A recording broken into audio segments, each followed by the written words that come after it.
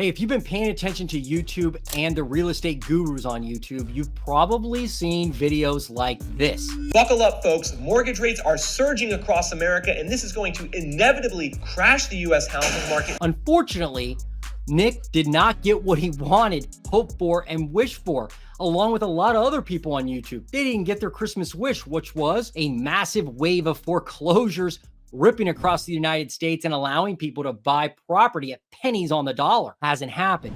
Why is that? Well, today we're looking at three sources: ATTOM data, Black Knight, and Corelogic. All three are going to help us understand why foreclosures are suppressed and why we probably won't see a lot of foreclosures anytime soon. Here we go. Before we get to the data, do me a favor, hit the like button, consider subscribing, and if you don't want to, that's cool too. I appreciate you just watching my video, and I'd love to understand what's going on in your market and hear from you. So please comment below. Even if you don't like my video, comment below. I like reading that information too. All right, here we go. U.S. foreclosure activity increases from 2022, but still below pre-pandemic levels. So this article is from ATTOM data. The link's in my description below. This came out in January, and they basically talk about the amount of foreclosures and compare them year over year, quarter over quarter, month over month, and even going all the way back to 2005. So we'll look at this one briefly and then dive into the Black Knight and then the Corelogic data. So this chart right now shows you the U.S. properties with foreclosure filings. And in 2005, we had 0.46% of all housing units had a foreclosure. And that was 532,000 listings. Now you flash forward to 2023, 357,000 foreclosures in the United States, or 0.26%. So we're way under even 2005. And if you look over the last few years, we're actually under 2019. And we're way not even close in the same stratosphere to 2009 or 2010 when we had 2.8 million foreclosed properties in the United States. Now, to put this number into perspective, you should understand our current inventory situation. We've got about 750,000 active homes on the market, well under a million. And back in 2009, there were 2.8 million foreclosed properties, not even listed properties, just properties that were being foreclosed on.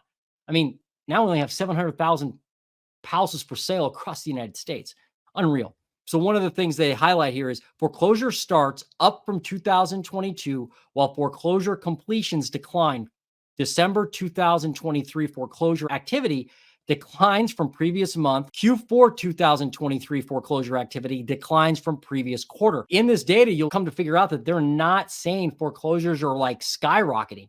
They are going up in general year over year, as you can see in this chart, right? You see this bump here. They have been going up. But that's because foreclosures were stopped during the pandemic. So to compare them to the pandemic levels is not good because that's not valid. In general, the government said, hey, if you have a government-backed mortgage or Fannie Mae, Freddie Mac mortgage, you don't have to pay it right now if you're in a hardship because of the pandemic. And according to folks like Melody Wright or Travis at Real Estate Mindset, there are a lot of programs in place for people that can't pay their mortgage, and there's going to be more programs in place. So the government and institutions and banks and lenders are banding together, basically saying, we don't want to own real estate. We don't want to have to deal with these houses. We want to keep people in their houses. And today you're going to understand why they're doing that or what's keeping people in their houses. I'll give you a hint. It's equity. So I'll read the beginning of this article and then we'll skip down to some of the other data. ATTOM, a leading curator of land, property, and real estate data, today released its fiscal and 2023 U.S. foreclosure market report, which shows foreclosure filings, default notices, scheduled auctions, and bank repossessions were reported on 357,000 properties in 2023, up 10% from 2022 and up 136% from 2021, but down 28% from 2019 before the pandemic shook up the market. Foreclosure filings in 2023 were also down 88% from the peak of nearly 2.9 million in 2010. In 2023, there were 357,000 properties that had filed with foreclosures, but that number, though it sounds like a lot, maybe is nothing compared to what it was in 2009, not even what it was before the pandemic. And this statement I thought was really important. Reflecting on 2023, we see the recent rise in foreclosure activity as a market correction rather than a cause for alarm. We're just getting back to the normal foreclosure rate, folks. That's what we're kind of headed towards. It's not like you're seeing this spike out of control. Maybe it will, but according to the data we're looking at today, it doesn't seem like it's going to. This says foreclosure starts on the rise nationwide. Lenders started the foreclosure process on 270,000 U.S. properties in 2023, up 9% from 2022, up 193% from 2021, but down 20% from 2019 and down 87% from the peak of 2.1 million in 2009. So obviously, again, same story. Foreclosure process has been started on 270,000 properties, but that's way under what it was in 2009 and 10, and still under what it was just before the pandemic. Then they talk about the states that saw the greatest number of foreclosure starts in 2023, including California, Texas, Florida, New York, and Illinois. And they also talk about states with the highest foreclosure rates, period, in 2023. They were New Jersey, Illinois, Delaware, Maryland, Ohio, where I live, and rounding out the top 10 states with the highest foreclosure rates in 2023 were South Carolina, Nevada, Florida, Connecticut, and Indiana. And something to understand, not only are there less foreclosures being started than there have been historically, but you also have a longer time in foreclosure. So U.S. properties foreclosed in the fourth quarter of 2023 had been in foreclosure process an average of 720 days, a 7% decrease from the previous quarter and a 16% decrease from a year ago. So the amount of time it takes to actually foreclose on a property is decreasing. Well, it's decreasing because it was elevated tremendously, as you can see in this chart at one point, like back in 2019, even in 2017, there was a long time to be foreclosed on. And you could see this rise, right? I mean, at one point it was less than 200 days. And now it's way past 700 days, almost 2 years. This is important to look at because if you're waiting on a wave of foreclosures, if you're the person out there that's saying, soon the U.S. housing market and economy is going to crash and burn, and I can finally buy a house for pennies on the dollar. That's what I've been waiting on. Well, you not only are going to have to wait for foreclosures to start, because that's not really happening compared to historical trends, but you're also going to have to wait for the foreclosure process to even go through. So you're going to be waiting a while. I mean, check back with me in a couple years and tell me how you're doing. Okay, so ATTOM data is telling us, hey, foreclosures are increasing, but not increasing in a way that's alarming, nor are they increasing past historic levels. Now we're going to go to Black Knight and look at some mortgage data. Okay, the next article we're looking at is from Corelogic, and they're going to discuss how much equity people have in their homes. And this is astounding. Like, I couldn't believe this when I read it. I was like, wow, I thought it was a lot less than that. Homeowner equity. Corelogic analysts show U.S. homeowners with mortgages, roughly 63% of all properties, have seen their equity increase by a total of $1.1 trillion since the third quarter of 2022, a gain of 6.8% year over year. So nationally, in quarter three of 2023, there was a year over year increase of 6.8% more equity, or 1.1 trillion more. When I calculated that, the total equity of the United States of homeowners, I came out to like 16 trillion, basically, doing backwards math from the 6.8% increase of 1.1 trillion. Then they go on to say, in the third quarter of 2023, the total number of mortgage residential properties with negative equity decreased by 7.7% from the second quarter of 2023, representing 1 million homes or 1.8% of all mortgage properties. On a year-over-year basis, negative equity declined by 8% to 1.1 million homes or 2% of all mortgage properties from the third quarter of 2022. So at the same time, obviously equity went up. The share of homes with negative equity went down 8% or 90,000 homes. And this part here just blew me away. U.S. annual home equity gains bounced back in the third quarter of 2023 after posting a slight annual losses in the first two quarters of the year because prices came down. Corelogic's monthly home price insight numbers saw steady increases throughout the third quarter, boosting equity gains in some parts of the country. Also, slow home sales activity is resulting in fewer mortgage originations, affecting home equity and improving the nation's overall loan-to-value ratio, which stood at 42%. Loan-to-value, that's not equity. That's loan-to-value. So if I have a $100,000 house that's valued $100,000, on average, Americans only have a mortgage that's 42% of that. So not even close to underwater. Despite dips in the housing market, prepare yourself for this. The average U.S. homeowner with a mortgage still has more than 300 G's in equity. The average homeowner. So comment below, do you have $300,000 in equity? I don't in my primary house. I'm in a basement right now of my house. I don't have that.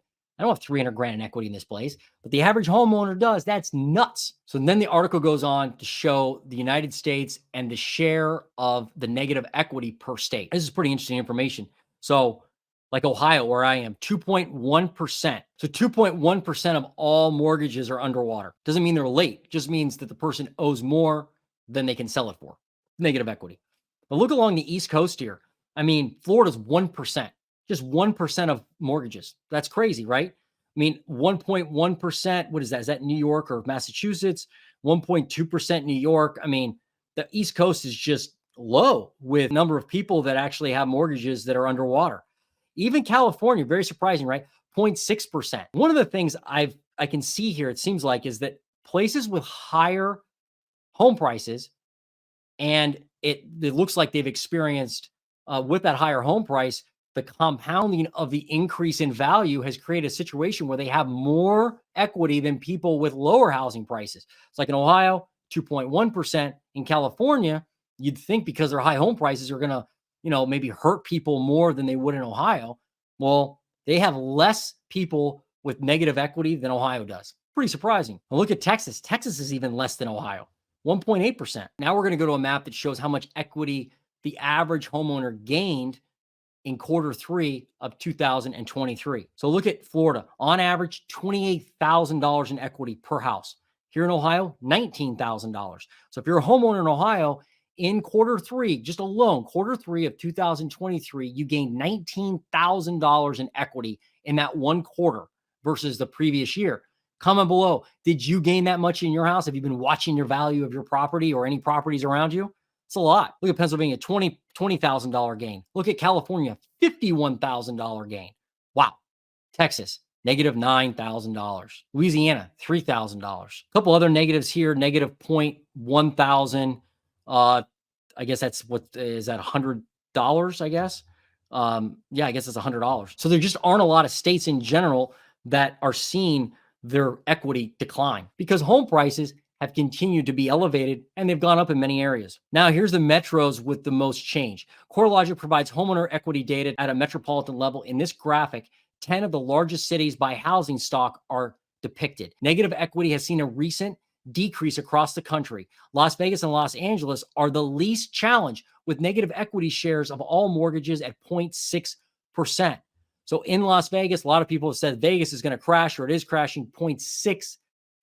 So only 0.6% of all houses have negative equity. Same with California and Los Angeles. We just saw that. Even San Francisco, 0.8%. So comment below. What do you think of the data Corelogic is presenting? If you're a homeowner, have you seen your properties increase as much as they're saying? Do you have $300,000 in equity? Love to know. All right, last data set is an article is from a company called Black Knight. Last one was from Corelogic. First one was from ATTOM data. This one is from Black Knight. And now this talks about how much equity people are using. We already know foreclosures are really low. We already know people have a ton of equity. Now, question is, are they using that equity? Are they going to get the equity because the economy's broken and they're done for?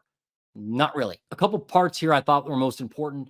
This point here, just 0.41% of tappable equity available at the beginning of the quarter was withdrawn in Q3, some 55% below average withdrawal rates seen from 2010 through 2021. So Americans in general are tapping less equity, using less equity, home equity loans, refinances, cash out refis, because interest rates are elevated. Interest rates are higher. So you're not going to go out usually and refi or tap your home equity if now you're paying 7, 8, 9% or whatever for the equity. Instead, you're going to hang on to it and keep building it if you have to, if you can. If you have to tap the equity, you got to tap it. But if you don't, I wouldn't suggest it. And so the equity we did tap was just 0.41% of the tappable equity available at the beginning of the quarter.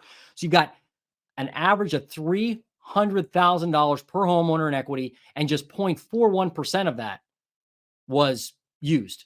And so people still have a ton of equity. And despite what a lot of people want to say or think or pretend, Americans doesn't seem like they're having to go to the bank and say, hey, I got to have my equity because I can't make my ends meet. That does happen to people, and it has happened, and it will continue to happen. but it's not a tsunami of, equity run out that people really want to pretend is going to go on. Rising rates continue to put pressure on home buyers, with debt to income ratios on purchasing loans hitting multi-year highs in October, according to the ICE market trend data. Data also suggests tightening lending criteria as credit scores for conventional FHA and VA purchase loans all hit series highs. Banks in general and lenders, because of quantitative tightening from the Federal Reserve, are becoming more strict on how they loan money. That's probably a good thing, and it helps keep people out of trouble. But remember, if you do get into trouble as a homeowner, if you are somebody who's behind your mortgage, got to talk to your lender, tell them up front, communicate with them, and ask what options they have for allowing you to go into forbearance, or maybe they'll even forgive part of your loan. That does happen. And so depending on your situation, and obviously understand your equity, because maybe you can sell your property and bank some money, maybe live with some relatives while you get your finances in order, whatever it is, or rent a place. But there are options out there, especially now with people having equity like they do. While foreclosure starts rose in October, near-term risks remain muted due to combination of historically low serious delinquency rates and strong equity positions among such loans. So again, just like Corelogic and just like ATTOM data, Black Knight saying, hey, people have equity. When they have equity, they're not going to get foreclosed on. So the idea that foreclosures are going to skyrocket in the next, couple months, I don't see that happening. Along with other factors, rising equity levels are contributing to low default and foreclosure activity in today's market. As Wald notes, any specter, I love that word, any specter of a potential wave of foreclosures must be tempered by a recognition of borrowers' generally strong equity positions, including the most serious delinquent among them. And I just watched a video a couple days ago from another YouTuber who said, hey, we're going to have a massive spike in foreclosures in the next 2 weeks. That was like a month ago. And so I'm anxiously waiting this data to find out, did we see a massive rise in foreclosures over the last month?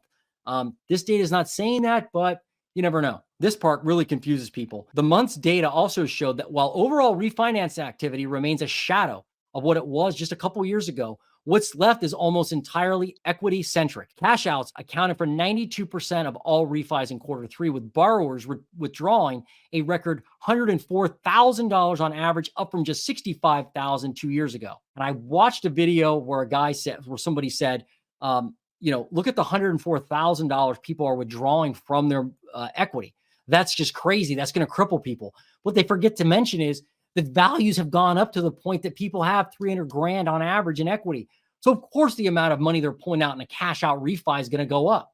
No kidding. All right. So we saw information from ATTOM, Black Knight, and Corelogic. I'm really curious what you think about these things. I mean, look, at the end of the day, if you're somebody who just, wants to know what's going on in the real estate market, fine. Hopefully you're better informed today. But if you're someone who's buying, selling, or investing in real estate, what do you do with this data? Well, I personally market to foreclosed properties all the time on my own. I have a list from propstream.com, and their website's linked below too that I use. And Propstream, I'm going to show it to you here in a second, has awesome information around pre-foreclosure filings. But as a buyer, seller, or investor, if you want to buy foreclosed properties, use a tool like I am to find those properties and market to them. Other than that, I wouldn't count on a big wave of foreclosures based on this data. So let's look at where foreclosures are. And I'm just going to target Ohio. I'm at a website called propstream.com. This website does cost money. There's a subscription required to use them. I think they have a free trial. The link's below in my description, but and then I think it's like $90 a month is what I pay, maybe 90 or $100 a month. And this website does have good foreclosure information. So for instance, here I put in Franklin County, which is Columbus. That's the county Columbus, Ohio is in. And then I'm going to go down to my filter, and I'm going to filter out. I'm just going to filter for pre-foreclosures. So there's 1,642 properties they say are in pre-foreclosure or in the foreclosure status in the county. And you can go to almost any county you want in the United States and get this data. And so now it shows me, hey, here's my list of properties I have that are on this list. And I can obviously click on one. So I'm going to click on this random one, 1288 Hart Road in Columbus. And it actually gives you all the pre-foreclosure information. So it says, hey, who the lender is, when it was filed, looked like it was filed in August of last year, the amount, $92,000. And it gives you the mailing address of the owner. And this is great information if you want to market to them. And how do I do that? Well, I send them a letter. That's all I do. I don't cold call them. I don't send them an annoying text message. I don't do anything like that. I literally will. This is one way I get information is I'll go in and pull this list of data from Propstream. I also filter it on some custom things and just from learning my market and what to send, what not to send. And then I have a service that will create letters for me.